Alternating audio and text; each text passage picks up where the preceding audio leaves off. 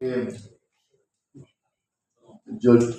जो विधानसभा का जो चुनाव हो रहा है उसमें चुनाव आयोग ने जो अधिसूचना निकाली है और उसमें जब उन्हें पत्रकार परिषद में कहा है कि हमें पारदर्शक चुनाव करना है, तो चुनाव आयोग के ही व्यवस्था में पारदर्शिता नहीं है और सत्ता पक्ष के इशारे पे अगर चुनाव लड़ाया जाए तो पारदर्शिता कहाँ से आएगी, ये प्रश्न हमारे सबके सामने खड़ा हुआ है।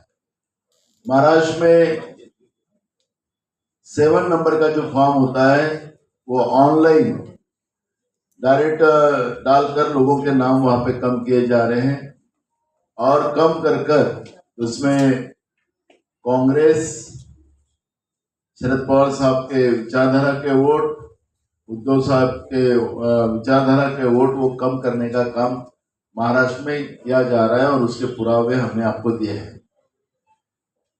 मैं आह्वान करता हूँ बीजेपी को, अरे दम है ना तो सामने से लड़ो। ऐसे ये पीछे से वार करने में लोकतांत्रिक व्यवस्था का खून करने का अधिकार तुमको नहीं दिया गया है। अगर गलती से तुमको दिल्ली में पावर मिल गया है तो उस पावर का, और राज्य में भ्रष्टाचार से बनी हुई असंवैधानिक सरकार, ये सरकार के माध्यम से महाराष्ट्र में होने वाली लोकतांत्रिक व्यवस्था की जो चुनाव है, जो लोकतांत्रिक व्यवस्था का उत्सव है, और ये महाराष्ट्र शौकोल अम्बेडकर का महाराष्ट्र है। ये महाराष्ट्र में अगर तुम लोकतांत्रिक व्यवस्था का खून करना चाहते हो तो कदापि यहाँ पे महाराष्ट्र की जनता होने नहीं देंगी। लड़ना है तो सामने से लड़ो, पर तुम्हारे में दम नहीं है क्योंकि तुम हारने वाले हो। तुम्हारे इस सर्वे में तुम्हारी लोगों ने पोल खोल के रखी है। जिस तरह से महाराष्ट्र बेचकर तुमने गुजरात को बेच दिया, नरेंद्र मोदी और अमित शाह का एटीएम महाराष्ट्र बन चुका है।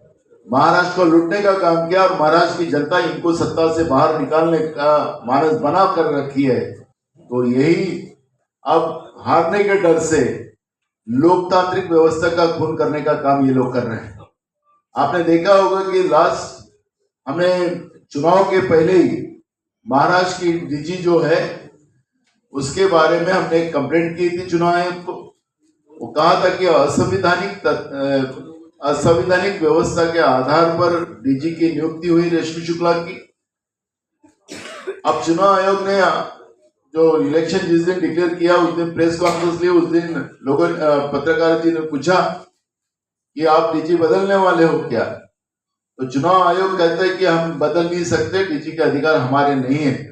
फिर वेस्ट बंगाल का डीजी आपने कैसा बदला, उसका जवाब भी चुनाव आयोग को देना पड़ेगा।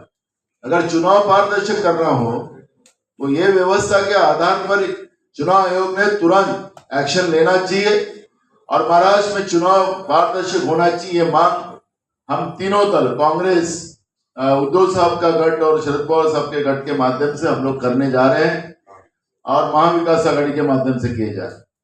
अगर चुनाव पारदर्शक नहीं होता है तो इसका मतलब है कि चुनाव आयोग और केंद्र में बैठी हुई मोदी और बीजेपी की सरकार, इनकी साठगांठ से लोकतांत्रिक व्यवस्था का खून करने का काम चुनाव आयोग कर रहा है। ये मैसेज देश में जाएगा और लोकतांत्रिक व्यवस्था के ऊपर से जनता का भरोसा उठ जाएगा। और इसलिए हम आज महाराष्ट्र के जो चुनाव आयोग के सीओ है चोकलिंगम जी, उनको पास जाकर हम सब ये बात को पास से अवगत कराएंगे। जो पुरावे हमारे पास है वो उनको देंगे और जो ऑनलाइन पद्धति से जिस तरह से ये बात करने का काम जो किया जा रहा है उसको तुरंत रोकने का आदेश हो दे। और ये चुनाव आयोग की जो प्रक्रिया है, अब सरकार का कोई दखलंदाजी नहीं होना चाहिए। और एक दूसरा है कि महाराष्ट्र सरकार ने योजना दूत के नाम से 50,000 लोगों की नियुक्ति की है और उनको 50,000 रुपये दिया जाएगा। सरकार की योजना है उनके घर तक पहुंचाने के लिए वो, लेकिन सब लोग संघ के हैं, बीजेपी विचारधारा के हैं और सब प्राइवेट लोग हैं, सरकारी लोग नहीं है। और ये लोग सरकार का बैच लगाकर लोगों के घर जाकर वह कैंपेन वो लोग कर रहे हैं। जो महाराष्ट्र की जनता के पसीने का पैसा जो राज्य की तिजोरी में है उसको ये उड़ाने का काम और अपना कैंपेन करने का काम ये लोग कर रहे हैं। ये भी इस बारे में भी हम कंप्लेंट चुनाव आयोग को करेंगे। तुरंत ये योजना व्यवस्था बंद की जाए, ये मांग हम करेंगे। नाना, आचार्य जी का बयान सामने आया है। नाना, मराठी